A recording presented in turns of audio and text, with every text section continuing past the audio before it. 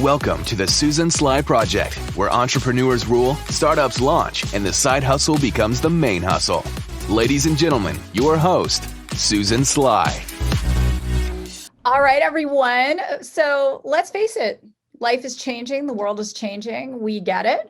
And some people would love to take the past year and maybe just hide under their duvet with a bottle of Merlot and say, screw this. But my guest today is not doing any of that. In fact, check this out. She has been featured in Forbes and Business Insider. She is the founder and CEO of Wellory, which is an anti-diet nutrition app on a mission to make personalized nutrition accessible for all. And as a former holistic nutritionist, I love this. And Wellory is a venture-backed startup based in New York City with a network of over 600 health coaches, nutritionists, and dietitians all over the country.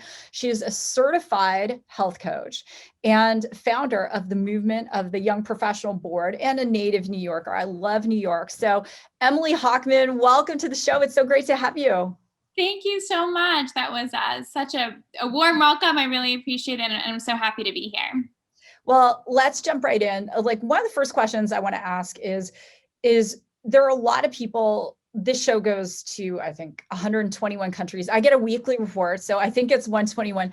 There are a lot of people who are really paralyzed because of what's happening in the world. And yet you're there getting up every day, building a company. You've got venture backing. What do you want to say to the person who's listening right now and going, Emily, I don't even know how I'm going to get through today, let alone start a company? What would be the first personal advice you would give? Everything's temporary. Today is temporary. If all goes well, tomorrow will be a new day. And just to remember that, I have a lot of bad days too, but when I'm having those bad days, I remember this is all just temporary. We will figure out how to solve this problem. We will get to the next steps that we need to get to. So just remembering, for the good or the bad, everything's temporary. I think as a world, we're in a really crazy time right now, but even this is temporary and we will get through it. We have to. I love that. Everything is temporary. Yeah, it's just that mantra, like, hey, this is temporary. It's all temporary. Let me ask you this. How, we're going to talk about the origin story of Wellory in a moment, but right now, one of the things I love asking my guests is what does your day look like? Depends on the day. I'm sure you get this answer too. Almost every day is different. But my day always starts the same. I'm a really big believer on morning habits. My mornings are always consistent. I wake up, I exercise, I have the same breakfast, I have a matcha. And then I'm at my now desk, my computer, and my day consists of meetings with the team, normally a few meetings with my investors, and then I kind of wear a few different hats at the company right now in between marketing, operations, and really thinking about, what does 2021 look like, and starting to actually recruit and hire for a lot of the roles that we're expanding the team with. Oh, wow. And what time do you go to bed? Again, it really depends on the day, but I would say I'm always up by 6 and I'm normally in bed by 11. Awesome. I've done close to 200 interviews now, and very highly successful people. And there are some constants, and almost every single one of them is an early riser. They're getting up before 7 a.m. I'm part of the, most mornings it's 4:30 in the morning. But unlike you, by 9, I'm done. I'm like, yeah, go ahead, sorry. Yeah. I know, we're like, but no, say what you were going to say. It's funny. For me, it depends. There are some days where I'm like, okay, that's it. It's 9 o'clock. I need to shut it down. But I would say, on most days I'm probably in bed around 11:30. Yeah. And I think that I love what you said, because there are different days and different things that happen. Let me ask you this, because again, one of the things that we talk about on the show all the time is this concept of, how does a person manage themselves in time? right? So Jim Rohn once said, you either run your day or your day runs you. So you're growing this massive company. You mentioned you're going to be going and hiring a bunch of new people, plus you have VCs to answer to. And if anyone has ever had venture-based capital, then, there's a lot that goes on there. So how do you decide what's important and what's not? Yeah. The first thing I do is I live by my calendar. So my week is mostly booked by the time my Monday starts because I time block everything. So if it's a meeting, it's already on my calendar, but then I will time block 30 minutes to focus on hiring, 30 minutes to work on our marketing campaign, 30 minutes to do emails and get back to everyone, 30 minutes to call, our board member. So for me, I like to try to plan as much in advance. And so I'll live by my calendar. And when it's work time, I actually schedule that in. So I make sure to really group my efforts together so I can try to be as productive as possible. I love that. Like time blocking is so essential, right? And it's very tough for our brains to go, okay, I'm doing this and then I'm doing something totally different. So blocking, and that's amazing advice for anyone, is just blocking that one focus thing. And then how do you take time to sort of recharge? You're in a very creative role as well. You're making a lot of decisions for the business, but you've also got to be the visionary as the founder. How do you create that time to take time to establish vision, create? Do you schedule it in? Hard. It's really hard. It's really hard is the short answer. For me, I do try to, I probably say I think most big picture at off hours. It's hard to schedule it in the middle of the day when you're in it and, you're talking to the team and you're building. So it comes up for me a lot, either post workout in the morning, over breakfast is a really nice time for me to start to get creative. And sometimes I listen to podcasts and start to think about like, oh, we could do that. And, how do we do that? Or conversely, late at night, when I've kind of shut down the emails and, I have a chance to kind of let my brain think a little bit. Sometimes late at night in the shower is a really good time for me to think about big vision and how do we, really get there. Yeah, it's so important that we do have those times, right? Because you and I were just chatting before we went into the interview, and I just got back from Maui, and I take a week every year, and all I do is say, what is the vision? Where are we at compared to where we wanted to be? How can we be more, better, different? And even though I'll do some work there in Maui because they're behind, so I'll work from like 5 a.m. to 1 or something like that, I always come back with so many powerful, actionable things. And a founder has constantly got to be innovating. They've constantly got to be casting the vision, right? So let's talk about Wellory. Where did it come from? And what made you say, oh my gosh, this is something, it's not I want to do it, because a lot of people want to do things, but it became a must and something you did. Yeah. Let's see. So where did it come from? Wellory started, the idea came from personal experience. So when I was in college, I was terrified of gaining the freshman 15. I did what mass media told me to do at the time, which was go on a diet. I'm a type A personality. So when I do something, I really do it. And I dieted like crazy for 4 years. And unfortunately, at the end of school, after many years of dieting and hoping for the guaranteed results, I actually ended up very sick. Doctors prescribed me with a series of chronic illnesses and said, take this medication and you'll be fine.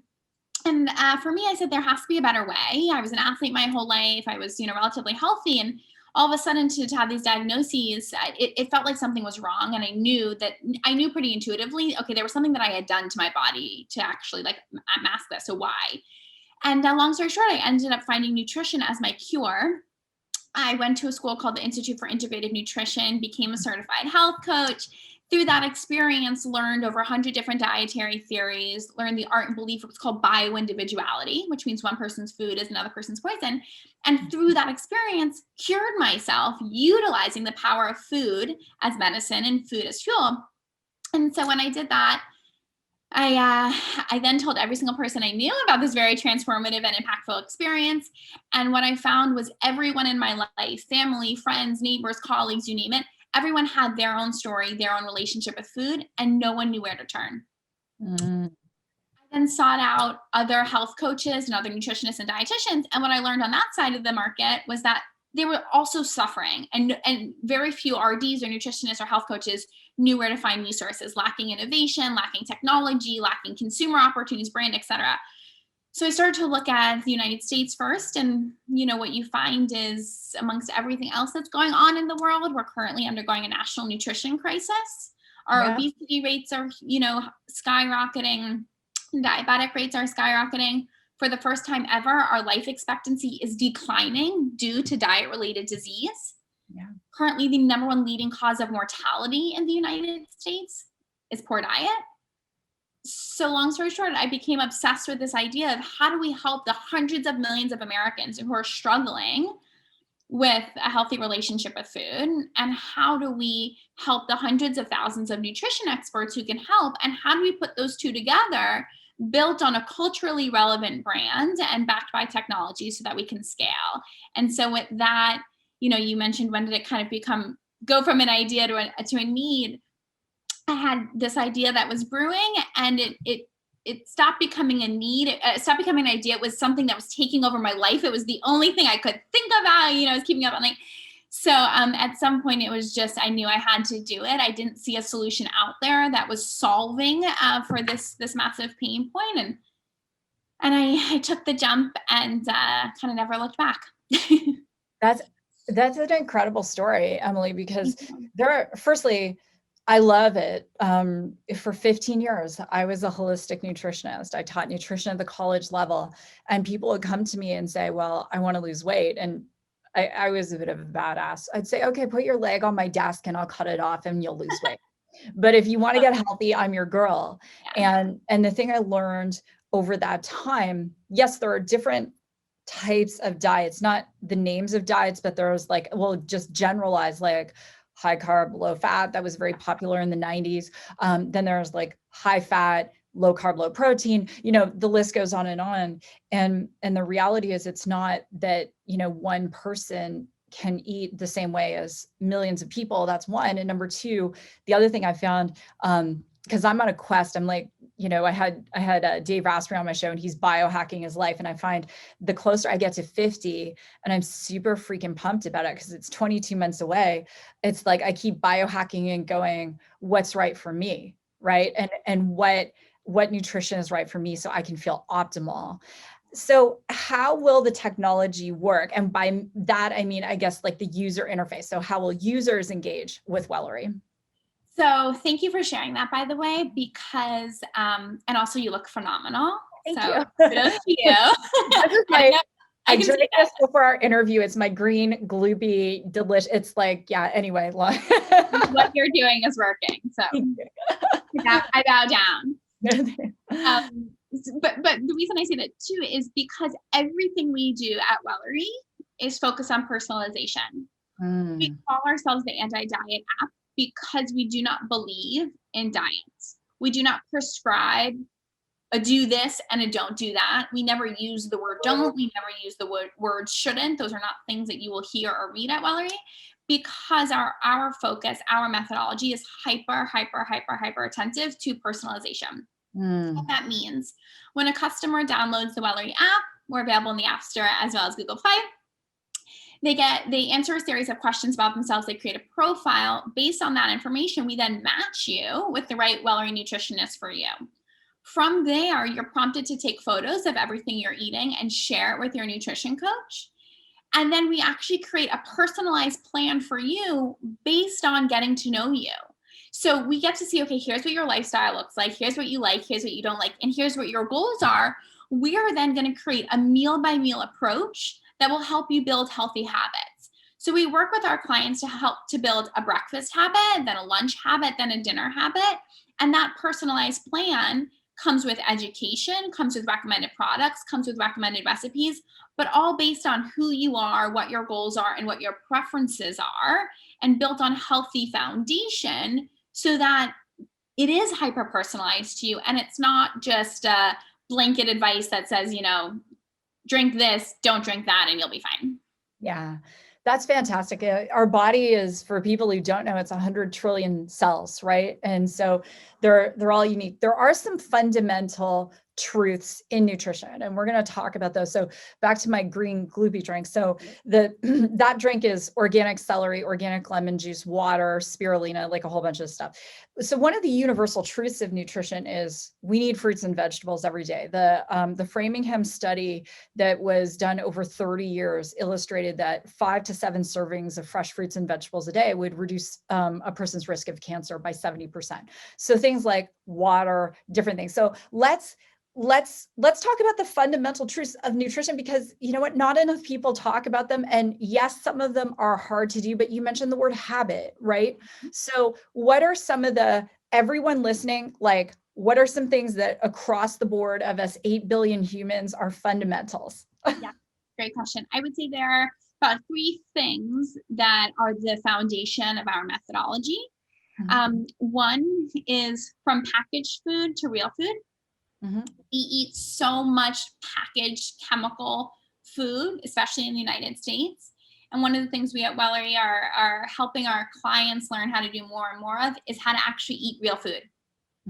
Fruits and vegetables, animal protein, if that's, of someone's interest, plant protein. Like, how do we actually just help people cook more, shop at the grocery store? It doesn't mean it has to be more expensive products, but just real food instead of packaged food. So that's one. Yep. Number 2, I believe this is about 80% of Americans are dehydrated. Drink your water. For anyone listening, there's an easy hack, which is you can start with the equation, take about half of your body weight, put that in ounces, and that's how much water you should be drinking a day. And Diet Coke, friends, is not water. Like, no. I just there's water is water. And I drink a lot of decaf herbal tea. That is a water substitute, because when it's cold in the winter, you might not want to drink cold water. So I just wanted to throw that in as a PSA for water. Yes, drink your water. Another easy, quick tip or hack: put lemon in your water, put cucumber in your water, any fruit in your water. That's a really nice way to just give it a little bit of flavor for those folks who are, against drinking a lot of water. And then the other thing that I would say we focus on a lot is the fruits and vegetables. Just adding more greens, filling half your plate at lunch and dinner with vegetables. Yep. If you're hungry, that's okay. Eat more veggies. Really trying to focus on how do we just help more people around the country eat vegetables, eat fruit and vegetables, but really, how can you fill 50% of your plate with veggies, and helping people learn how to do that in a really easy, cost-efficient way. It doesn't have to be hard. No, for sure. And it does take a little bit of prep. And I'll go back to this bottle, because it's kind of funny, this story. So I currently am overseeing 4 companies right now. And in thank you. You really are. So in 3 of those roles, I am in the C-suite, co-CEO or CEO role. And so my time is very, it's very, very scheduled. And so what I started doing on Sundays, and I was like, how can I, because this is the hack question, how can I get even more vegetables in my diet? And so I went on Amazon and I bought these made in the USA glass jars. I like drinking things out of glass jars, like mason jars, whatever it is. It just tastes better in a glass jar. I don't know. And so then, I'm like, I'm just going to blend this stuff up in the Vitamix on Sundays. And then I pour it in all of my jars. And today, when I was running from my home office to my office, I just grabbed the jars out of the fridge, put them in my lunch bag, and I'm off to the races. I like a plant protein shake in a glass jar, my greens in a glass jar. And some of you might be like, well, Susan, why aren't you chewing food? Well, there's a couple of reasons. I do love to chew food. When I'm recording a lot of shows, I drink for a couple of hours because I don't want anything stuck in my teeth. There's my vanity thing, right? But you like soups, you can make some delicious soups on a weekend. You can make up your juices. Like, I love juices as much as the next person, but there's $1.7 trillion in student loan debt in the United States. You don't need to go to a store and buy $15 juice that you can make at home. Like that, So I know I could be on my pedestal, like talking about this. I love it. We, one of the easiest hacks of staying healthy is just preparation. Yeah. That's really all it is. Just preparation. Go to the grocery store, get the things you like, prep on a Sunday. You know, you can go to our website, wellory.com. We have a ton of easy recipes to how to make quick 5 to 10 minute meals. It doesn't have to be expensive. It doesn't have to be hard. You just need to know how to do it. Yeah, Take the time to do it. So wellory.com to get the recipes. I have 2 more quick questions. One is, where's the company going to be in 5 years? Like, cast us into the future. World domination. That's what I like to say. You know, when I think about 5 years from now, it's so exciting. It's also, you know, like we have so much to do before we get there. But things that we think about deeply are, how do we expand our offering outside of just the US? We've actually got a ton of inbound from potential clients all over the country and all over the world, in many different countries. So, you know, in 5 years, how do we think about global expansion is really important to us. How do we think about really innovating in our technology? It's probably the hot topic that the team talks about every day, which is, what more can we do? How do we leverage technology to make our customer experience smarter? How do we leverage technology to make our coach experience more efficient and productive? Because, you know, in our business, we not only have our clients, but we also have our coaches. And then how do we really get Wellory in the hands of as many people as possible, so that if we do our job right, in 5 years from now, we will significantly decrease the amount of people who are getting sick. We will significantly increase life expectancy, so people who are eating healthy are living longer. How do we really change the conversation around nutrition so it becomes an easy part of everyone's life, and it's not something that is a last priority on someone's to do, but actually eating healthy becomes a top priority? And so that's really the conversation and the mission statement that we're after. I loved how there was no hesitation. It was like world domination. I was on I advise different startups. So I was with one of my startups yesterday, and he said, well, we have this other company and someone's making an acquisition offer. And he goes, I think I need you. He goes, I need someone with that chutzpah who's not going to back down in these negotiations. I'm like, yeah, of course. Like, you know, you're not going to hesitate. And I love that. I see, one of the things I see for you is, and it's so beautiful, I see, like, down the road in 5 years, some really powerful JVs that'll probably come up. There are a lot of people addressing the exercise space, but they don't know how to address the nutrition space. I think it's going to be beautiful. So my final question, this is for the person who's sitting here going, oh my gosh, Emily, you're an inspiration. And I've been thinking about an idea, but I haven't turned it into a business. What advice would you give to that person? Because you said, and I love this, it's like I became obsessed and I couldn't stop thinking about it. What advice would you give to that person, like those initial steps to go from idea to an actual business? Yeah, probably a few things come up. The first, I would say, the hardest thing to do is to just do it. Like, to just take that jump, put a splash page up, you know, put a Facebook post out, whatever it is, start and tell 5 friends. The best thing to do to first do it is to get it out of your head and get it out somewhere, whatever you're comfortable with. But, you know, as you start to think about building a company, you need to start getting data. You need to start getting responses. You need to start getting feedback. So do that as early on, as quickly as possible, because you will learn how people respond to what you're building. And that will help you shape and mold your idea to get it to a place that you will say, I know exactly what I'm doing and how to get there. So my biggest piece of advice to anyone starting is start talking about it. Put it out there, you know, tell everyone you know. I remember quickly, you know, very funny, when I was first starting to think about this, I kept my idea so close to home. I was so scared to tell anyone. I thought people were going to steal my idea. You know, I was like, I just can't tell anyone. And one of my friends who's the founder said to me, so much about company building is execution. You know, 100 people, everyone has a great idea. It only takes a few to actually bring it to life. So the best thing you can do is start bringing it to life. Tell people, get it out there. It's going to be okay. Like, it's scary, but it's not that scary. And so my biggest piece of advice is just start getting it out there. Start today. Don't start tomorrow. If you're listening, like, start literally right now and keep breathing life into it. And then you will see what will happen and you know, how it comes to life and how it shapes and molds over the many conversations or feedback or, you know, responses you get to your idea. Emily, that is fantastic. Execution. Stop thinking about it. Just do it. Yes, the world is crazy, but just do it. Take action. And I want to thank you so much. I know that Wellory is going to be a household name. Whether you are, ringing the bell for the New York Stock Exchange or you're on the cover of Fast Company for a massive acquisition, wherever that leads you. Thank you again, Emily, for being here and being an inspiration to women founders. I think it's so important that we all connect and we get the message out that yes, you can, right? So, and check out wellory.com, everyone. And if this episode has been helpful, Emily and I would love unabashedly a 5-star review on iTunes. Share it off iTunes, Spotify. If you're on YouTube, hit the like button, hit the share button. And again, thanks, Emily, for being here. Thank you so much for having me, Susan. Really appreciate it. Talk soon. All right. Thanks, Emily. God bless. Goodbye, everyone. And this has been another episode of the Susan Sly Project. Ladies and gentlemen, this has been another epic episode of the Susan Sly Project. For more tips, strategies, and ideas, visit www.susansly.com.